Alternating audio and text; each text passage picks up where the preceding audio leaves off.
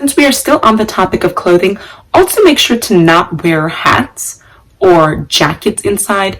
Both of these are considered to be articles of clothing for the outside, and I don't know, it just seems very bizarre. Like, you would never see Armenian men or even women covering their heads inside of a house. I don't think it's necessarily disrespectful, but it just looks very bizarre and nobody really does it. And if you wear a hat inside, it might kind of look like as if you are trying to be above everyone else, or that, I don't know, you will just look very out of place. Also, make sure to not have your hands in your pockets when speaking to people.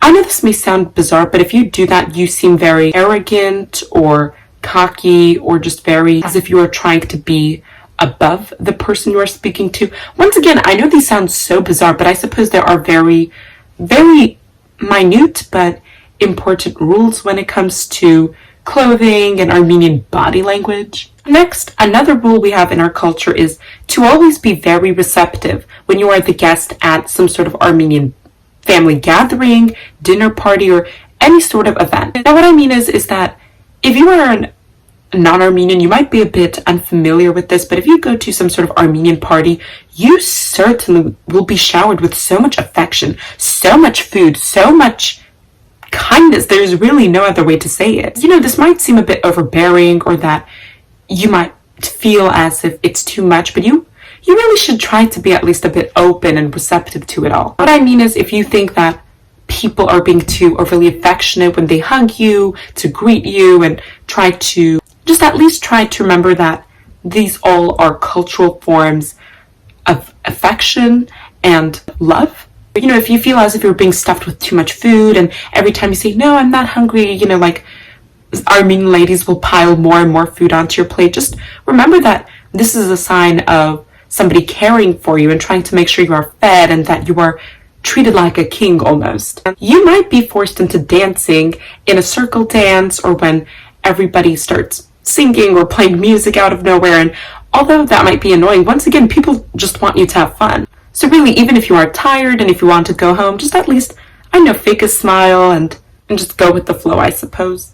Also, another rule that pertains to Armenian gatherings or parties is that when you are at some sort of Armenian event, you might be asked to make a genat or a toast. I don't think this is a part of many other cultures, but Armenians, Georgians, and people from the Caucasus love to give toasts, where essentially everybody will raise their glass and somebody will start, I know, giving a speech of some sort, and what will happen is people will usually say something like, let us drink to our family or our friends, or to success or health, and all these different things. And this will happen multiple times, but after that person finishes their genats, everybody goes ahead and clinks glasses. I also want to remember that when all of this happens, you should never have your glass be empty, and if it's half empty or completely empty, you should be sure to fill it up all the way, because it's quite disrespectful to clink glasses when your glass is not full. If you're asked to make some sort of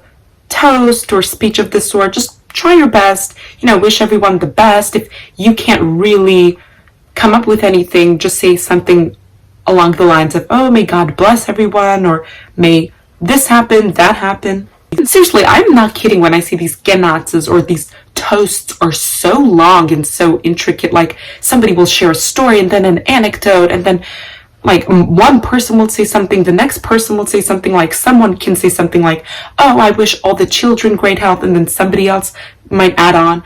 And you see, like, I think it's very funny, because I think there comes a point where like an uncle or a father at these Armenian family gatherings or fam jams might really just be making these sorts of toasts just to drink more.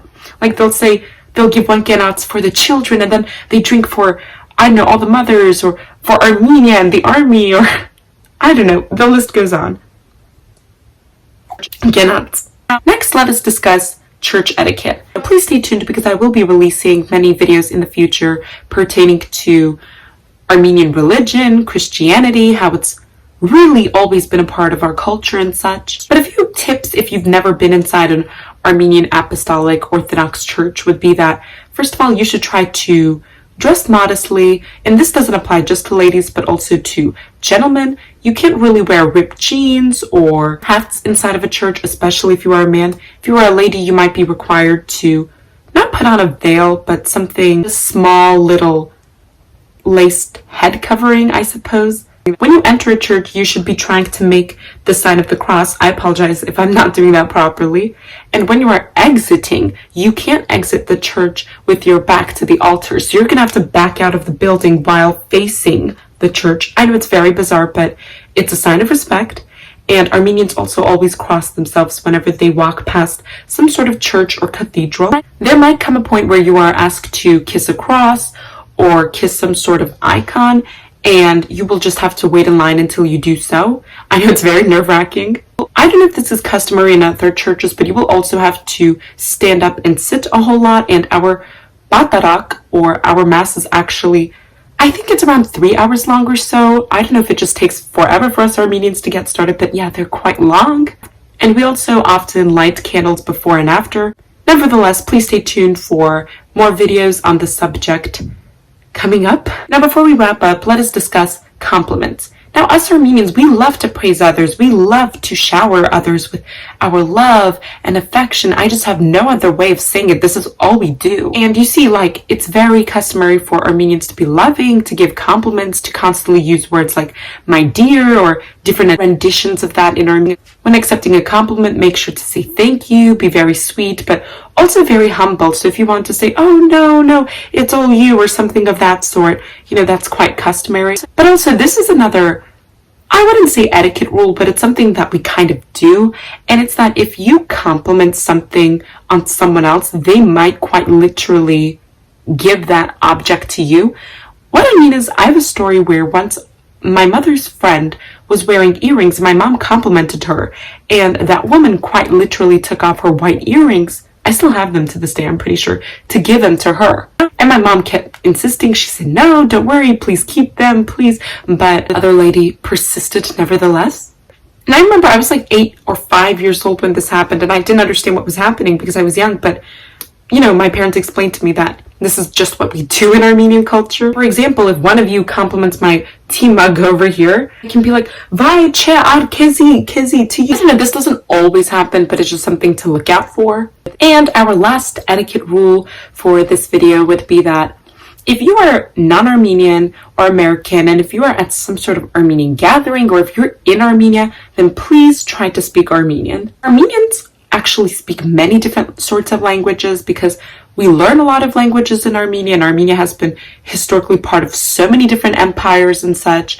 And also we make up the largest diaspora in the world. And while a vast majority of Armenians can speak languages like English, Russian, French, Arabic, and so on, if you are around Armenians, please try, like at least try to say a word or two in Armenian. These expressions can be very basic, like hello, or thank you, or goodbye, or how are you? And an Armenian will never judge you for your Armenian speaking abilities. We really do appreciate foreigners or non-Armenians appreciating our culture.